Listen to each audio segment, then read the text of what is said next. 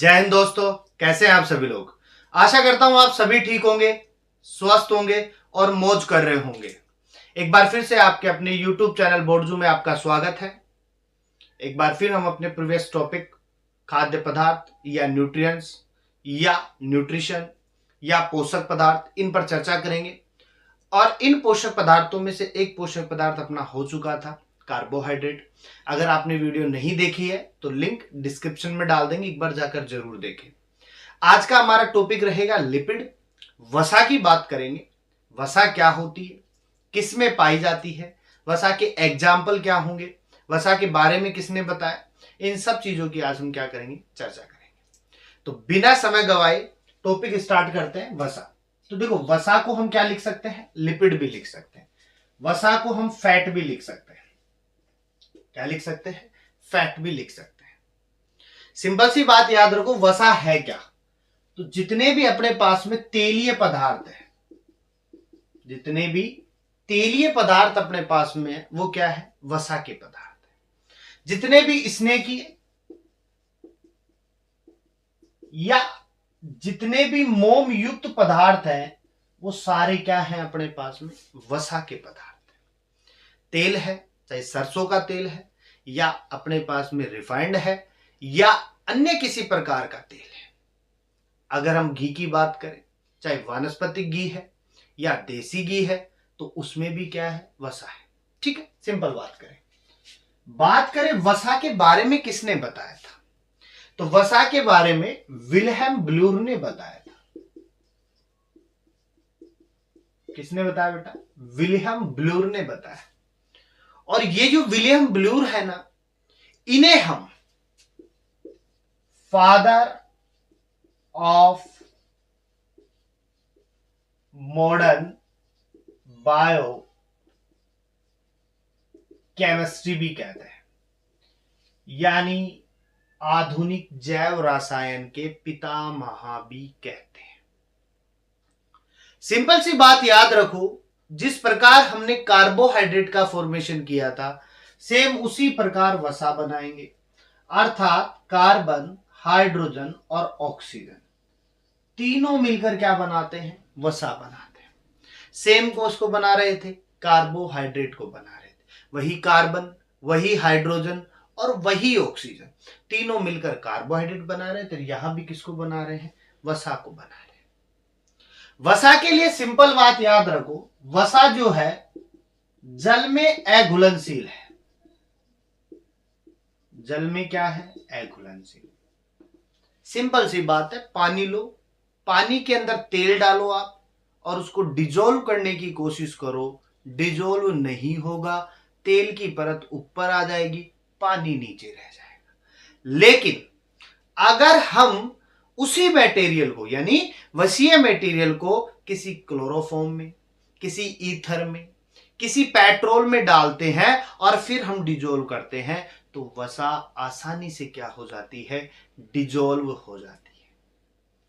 इसके अलावा सिंपल सी बात करें वसा के लिए, वैसे तो अपने पास में जितने भी खाद्य पदार्थ है, जितने भी खाद्य पदार्थ है जो हम खाने के काम में लेते हैं, उन सभी में क्या उपस्थित है, वसा उपस्थित है। लेकिन अगर प्रॉपरली हम बात करें, तेल की बात हो जाए, घी की बात हो जाए, छाछ की बात हो जाए, मक्खन की बात हो जाए या सूखे मेवों की बात हो जाए, इन सभी में क्या है, वसा है। इन सभी में क्या है, वसा है।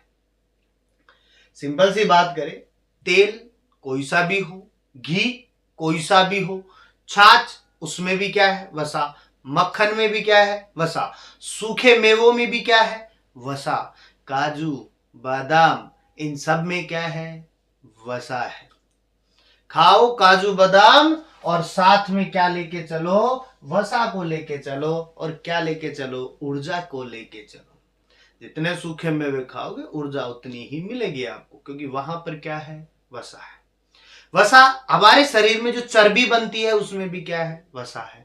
कोलेस्ट्रॉल है उसमें भी क्या है, वसा है।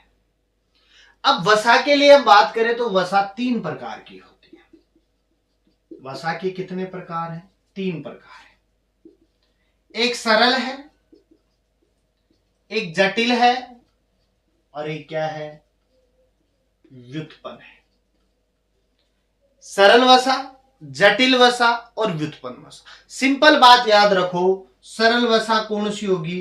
तो जो वशीय अणु है, जो वशीय अणु के मिलने से बनती है, वशीय अणु के मिलने से बनती है,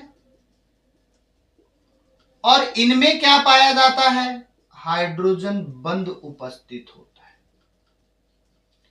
तो ये कौन सी वसा होगी? सरल वसा। कौन सी वसा होगी? सरल वसा। एग्जाम्पल के लिए बात करें तो आप तेल ले लो, आप मोम ले लो, चिकनाहट की जो चीज है उसमें क्या है? वसा। कौन सी वसा? सरल वसा। कौन सी वसा? सरल वसा।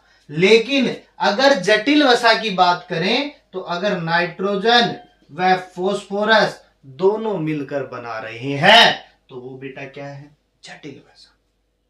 नाइट्रोजन और फोस्फोरस, कभी कभी कुछ मात्रा में क्या भी आ जाएगा? सल्फर भी आ जाता है। कुछ मात्रा में क्या आ जाता है?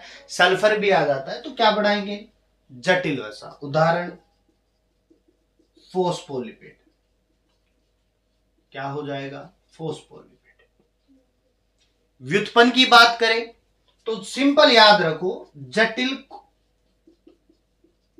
वसा के अपघटन से, जटिल वसा के अपघटन से क्या बनता है? व्युत्पन्न वसा। क्या बनता है? व्युत्पन्न वसा। तो सिंपल याद रखो, सरल को कौन बना रहा है? स्वयं वशीय अम्ल और हाइड्रोजन बंध। क्या होगा? उदाहरण तेल और मोम। जटिल के लिए नाइट्रोजन और फोस्फोरस को उठा लेंगे। व्युत्पन्न के लिए जटिल का जल अपघटन कर देंगे। उदाहरण हो जाएगा कैरोटीनॉइड। क्या हो जाएगा? कैरोटीनॉइड।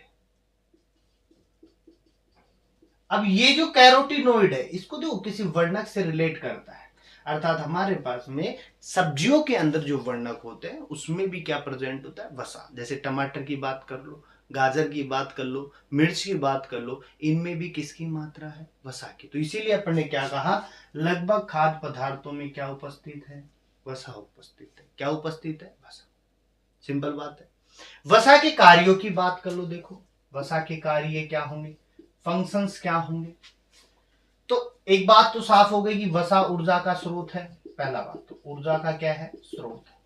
देखो मैंने कल आपको जब कार्बोहाइड्रेट पढ़ा रहे थे तो उस समय कहा था कि कार्बोहाइड्रेट जो है अपने पास में वो ऊर्जा का बहुत प्रमुख स्रोत है, यानी प्रमुख स्रोतों में गिनती की जाती है।